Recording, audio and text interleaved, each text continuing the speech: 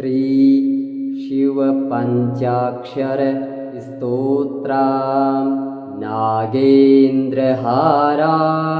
त्रिलोचनाय भस्मांगरागाय महेश्वराय नित्याय शुद्धाय दिगंबराय तस्मै नकाराय नमः शिवाय मंदाकिनी सलिलचन्दनचर्चिताय नन्दीश्वर प्रमथनाथ महेश्वराय मंदार पुष्प बहुपुष्प सुपूजिताय तस्मै मकाराय नमः शिवाय शिवाय गौरी वदनाब्जवृन्द सूर्याय दक्षाध्वरनाशिकाय श्रीनीलकण्ठाय वृषध्वजाय तस्मै शिकाराय नमः शिवाय वसिष्ठकुम्भोद्भवगौतमार्य मुनीन्द्रदेवार्चितशेखराय चन्द्रार्कवैश्वानरलोचनाय तस्मै वकाराय नमः शिवाय यक्षस्वरूपाय जटाधराय पिनाकहस्ताय सनातनाय दिव्याय देवाय दिगंबराय तस्मै यकाराय नमः शिवाय पञ्चाक्षरमिदं पुण्यं यः पठेत् शिवसन्निधौ शिवलोकमवाप्नोति शिवेन सह मोदते। श्री रुद्राष्टकम् नमामीशमीशाननिर्वाणरूपं विभुं व्यापकं ब्रह्मवेदस्वरूपं निजं निर्गुणं निर्विकल्पं निरीहं चिदाकाशमाकाशवासं भजेऽहम् निराकार ओंकार मूलं तुरीयं गिराज्ञानगोतीतमीशं गिरीशं करालं महाकालकालं कृपालं गुणागार संसारपारं नतोऽहम् तुषाराद्रिसङ्काशगौरं गम्भीरं मनोभूतकोटिप्रभाश्रीशरीरं स्फुरन्मौलिकल्लोलिनी चारुगङ्गा लसद्भालबालेन्दुकण्ठे भुजङ्गा चलत्कुण्डलं भ्रूसुनेत्रं विशालं प्रसन्नाननं नीलकण्ठं दयालं मृगाधीशचरमाम्बरं मुण्डमालं प्रियं शङ्करं सर्वनाथं भजामि प्रचण्डं प्रकृष्टं प्रगल्भं परेशम् अखण्डम् अजं भानुकोटिप्रकाशं त्रयः शूलनिर्मूलनमशूलपाणिं भजेऽहं भवानीपतिं भावगम्यं कलातीतकल्याणकल्पान्तकारी सदा सच्चिदानन्ददाता पुरारी चिदानन्दसन्दोहमोहापहारी प्रसीद प्रसीद प्रभो मन्मथारी न यावद् उमानाथपादारविन्दम् भजमतीह लोके परे वा नराणाम् न तावत् सुखं शान्तिसन्तापनाशम् प्रसीद प्रभो सर्वभूताधिवासम् न जानामि योगं जपमनैव पूजाम् न तोऽहं सदा सर्वदा शम्भुतुभ्यम् जराजन्मदुःखौद्यताताप्यमानम् प्रभो पाहि आपन्नमामीश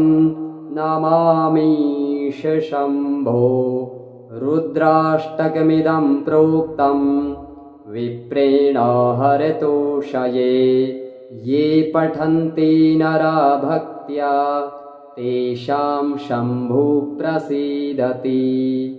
श्री द्वादश ज्योतिर्लिङ्गस्तोत्रम् सौराष्ट्रे सोमनाथं च श्रीशैले मल्लिकार्जुनम् उज्जयिन्यां महाकालम् ओङ्कारम् अमलेश्वरम् परल्यां वैद्यनाथं च डाकिन्यां भीमशङ्करम् सेतुबन्धेतु रामेशम् नागेशं दारुकावने वाराणस्यां तु विश्वेशं त्र्यम्बकं गौतमीतटे हिमालये तु केदारं घुषमेशं च शिवालये एतानि ज्योतिर्लिङ्गानि सायं प्रातः पठेन्नरः सप्तजन्मकृतं पापं स्मरणेन विनश्यति। श्री शिवपञ्चाक्षर स्तोत्रम् नागेन्द्रहाराय त्रिलोचनाय भस्माङ्गरागाय महेश्वराय नित्याय शुद्धाय दिगम्बराय तस्मै नकाराय नमः शिवाय मन्दाकिनी सलिलचन्दनचर्चिताय नन्दीश्वर प्रमथनाथ महेश्वराय मन्दारपुष्प बहुपुष्पसुपूजिताय तस्मै मकाराय नमः शिवाय शिवाय गौरी वदनाब्जवृन्द सूर्याय दक्षाध्वरनाशिकाय श्रीनीलकण्ठाय वृषध्वजाय तस्मै शिकाराय नमः शिवाय वसिष्ठकुम्भोद्भवगौतमार्य मुनीन्द्रदेवार्चितशेखराय चन्द्रार्कवैश्वानरलोचनाय तस्मै वकाराय नमः शिवाय यक्षस्वरूपाय जटाधराय पिनाकहस्ताय सनातनाय दिव्याय देवाय दिगम्बराय तस्मै यकाराय नमः शिवाय। पञ्चाक्षरमिदं पुण्यं यः पठेत् शिवसन्निधौ शिवलोकमवाप्नोति शिवेन सह मोदते। श्री रुद्राष्टकम्। नमामीशमीशाननिर्वाणरूपं विभुं व्यापकं ब्रह्मवेदस्वरूपं निजं निर्गुणं निर्विकल्पं निरीहं चिदाकाशमाकाशवासं भजेऽहम्। निराकार ओङ्कारमूलं तुरीयं गिराज्ञानगोतीतमीशं गिरीशं करालं महाकालकालं कृपालं गुणागारसंसारपारं नतोऽहम्। तुषाराद्रिसङ्काशगौरं गम्भीरं मनोभूतकोटिप्रभाश्रीशरीरं स्फुरन्मौलिकल्लोलिनी चारुगङ्गा लसद्भालबालेन्दुकण्ठे भुजङ्गा चलत्कुण्डलं भ्रूसुनेत्रं विशालं प्रसन्नाननं नीलकण्ठं दयालं मृगाधीशचरमाम्बरं मुण्डमालं प्रियं शङ्करं सर्वनाथं भजामि। प्रचण्डं प्रकृष्टं प्रगल्भं परेशम् अखण्डम् अजं भानुकोटिप्रकाशं त्रयः शूलनिर्मूलनमशूलपाणिं भजेऽहं भवानीपतिं भावगम्यम्। कलातीतकल्याणकल्पान्तकारी सदा सच्चिदानन्ददाता पुरारी चिदानन्दसन्दोहमोहापहारी प्रसीद प्रसीद प्रभो मन्मथारी। न यावद् उमानाथपादारविन्दं भजमतीह लोके परे वा नराणां न तावत् सुखं शान्तिसन्तापनाशं प्रसीद प्रभो सर्वभूताधिवासम्। न जानामि योगं जपमनैव पूजां न तोऽहं सदा सर्वदा शम्भुतुभ्यं।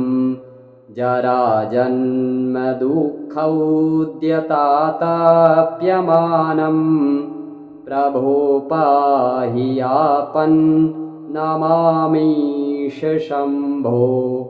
रुद्राष्टकमिदं प्रोक्तं विप्रेण हरतोषये ये पठन्ति नरा भक्त्या तेषां शम्भुः प्रसीदति।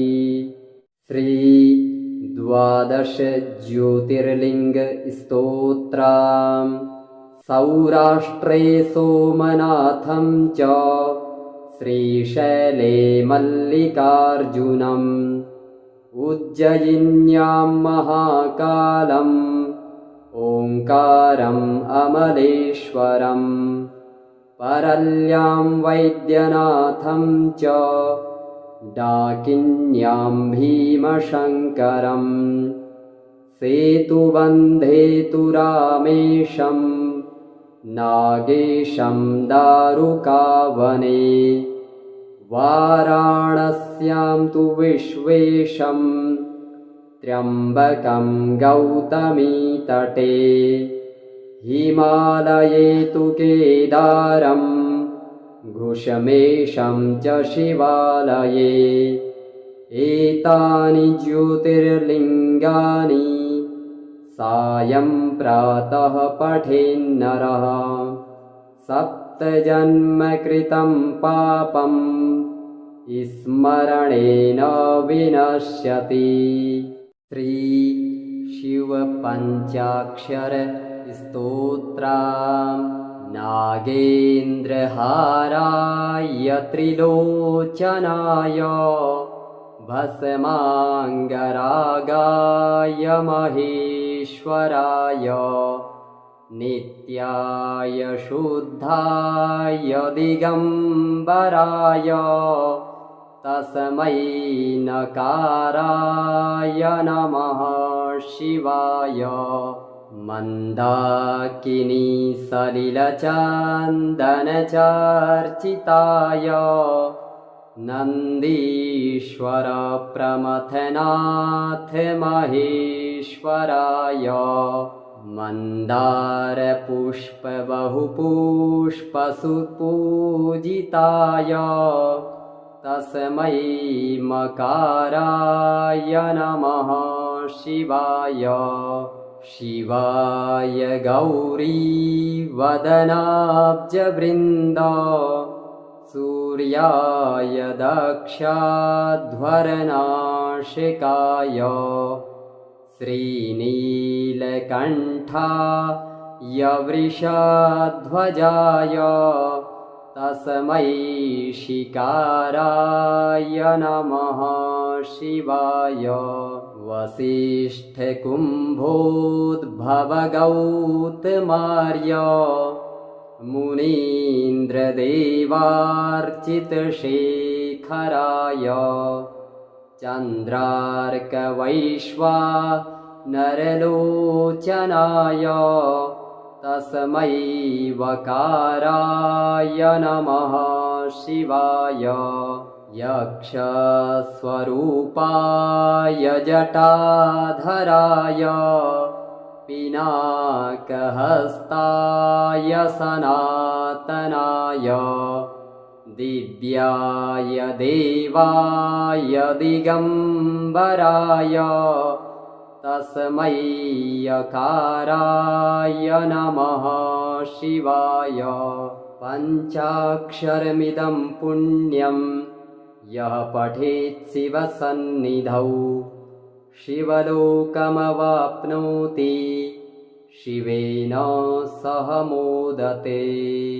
श्री रुद्राष्टकम् नमामीशमीशाननिर्वाणरूपं विभुं व्यापकं ब्रह्मवेदस्वरूपं निजं निर्गुणं निर्विकल्पं निरीहं चिदाकाशमाकाशवासं भजेऽहम् निराकार ओङ्कारमूलं तुरीयं गिराज्ञानगोतीतमीशं गिरीशं करालं महाकालकालं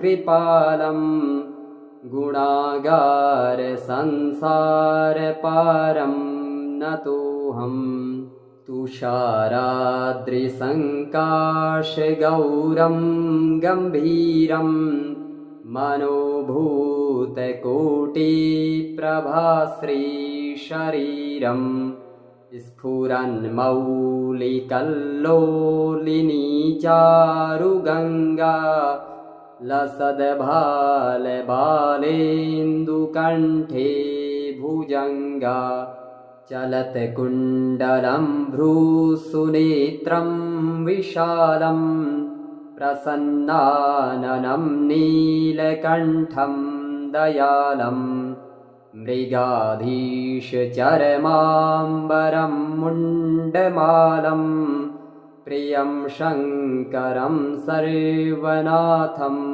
भजामि प्रचण्डं प्रकृष्टं प्रगल्भं परेशम् अखण्डम् अजं भानुकोटिप्रकाशम् त्रयः शूलनिर्मूलनमशूलपाणिं भजेऽहं भवानीपतिं भावगम्यं कलातीतकल्याणकल्पान्तकारी सदा सच्चिदानन्ददाता पुरारी चिदानन्दसन्दोहमोहापहारी प्रसीद प्रसीद प्रभो मन्मथारी न यावद् उमानाथपादारविन्दम् भजमतीह लोके परे वा नराणां न तावत् सुखं शान्तिसन्तापनाशम् प्रसीद प्रभो सर्वभूताधिवासम् न जानामि योगं जपमनैव पूजाम् न तोऽहं सदा सर्वदा शम्भुतुभ्यं जराजन्मदुःखौद्यताताप्यमानं प्रभो पाहि आपन्नमामीश शम्भो रुद्राष्टकमिदं प्रोक्तं विप्रेण हरतोषये ये पठन्ति नरा भक्त्या तेषां शम्भुः प्रसीदति। श्री 12 ज्योतिर्लिङ्गस्तोत्रम् सौराष्ट्रे सोमनाथं च श्रीशैले मल्लिकार्जुनम् उज्जयिन्यां महाकालम् ओङ्कारम् अमलेश्वरम् परल्यां वैद्यनाथं च डाकिन्यां भीमशङ्करम् सेतुबन्धेतुरामेशं नागेशं दारुकावने वाराणस्यां तु विश्वेशं त्र्यम्बकं गौतमीतटे हिमालये तु केदारं घुषमेशं च शिवालये एतानि ज्योतिर्लिङ्गानि सायं प्रातः पठेन्नरः सप्तजन्मकृतं पापं स्मरणेन विनश्यति। श्री शिवपञ्चाक्षर स्तोत्रम् नागेन्द्रहाराय त्रिलोचनाय भस्माङ्गरागाय महेश्वराय नित्याय शुद्धाय दिगम्बराय तस्मै नकाराय नमः शिवाय मन्दाकिनी सलिलचन्दनचर्चिताय नन्दीश्वर प्रमथनाथ महेश्वराय मन्दारपुष्पबहुपुष्पसुपूजिताय तस्मै मकाराय नमः शिवाय शिवाय गौरीवदनाब्जवृन्द सूर्याय दक्षाध्वरनाशिकाय श्रीनीलकण्ठाय वृषध्वजाय तस्मै शिकाराय नमः शिवाय वसिष्ठकुम्भोद्भवगौतमार्य मुनीन्द्रदेवार्चितशेखराय चन्द्रार्कवैश्वानरलोचनाय तस्मै वकाराय नमः शिवाय यक्षस्वरूपाय जटाधराय पिनाकहस्ताय सनातनाय दिव्याय देवाय दिगम्बराय तस्मै यकाराय नमः शिवाय पञ्चाक्षरमिदं पुण्यं यः पठेत् शिवसन्निधौ शिवलोकमवाप्नोति शिवेन सह मोदते। श्री रुद्राष्टकम्। नमामीशमीशाननिर्वाणरूपं विभुं व्यापकं ब्रह्मवेदस्वरूपं निजं निर्गुणं निर्विकल्पं निरीहं चिदाकाशमाकाशवासं भजेऽहम्। निराकार ओङ्कारमूलं तुरीयं गिराज्ञानगोतीतमीशं गिरीशं करालं महाकालकालं कृपालं गुणागारसंसारपारं नतोऽहम्। तुषाराद्रिसङ्काशगौरं गम्भीरं मनोभूतकोटिप्रभाश्रीशरीरं स्फुरन्मौलिकल्लोलिनी चारुगङ्गा लसद्भालबालेन्दुकण्ठे भुजङ्गा चलत्कुण्डलं भ्रूसुनेत्रं विशालं प्रसन्नाननं नीलकण्ठं दयालं मृगाधीशचरमाम्बरं मुण्डमालं प्रियं शङ्करं सर्वनाथं भजामि। प्रचण्डं प्रकृष्टं प्रगल्भं परेशम् अखण्डम् अजं भानुकोटिप्रकाशं त्रयः शूलनिर्मूलनमशूलपाणिं भजेऽहं भवानीपतिं भावगम्यं। कलातीतकल्याणकल्पान्तकारी सदा सच्चिदानन्ददाता पुरारी चिदानन्दसन्दोहमोहापहारी प्रसीद प्रसीद प्रभो मन्मथारी।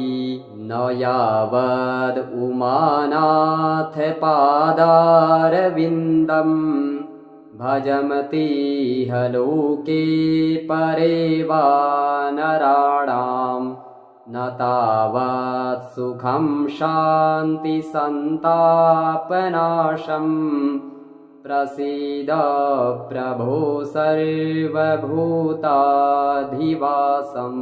न जानामि योगं जपमनैव पूजां न तोऽहं सदा सर्वदा शम्भुतुभ्यं।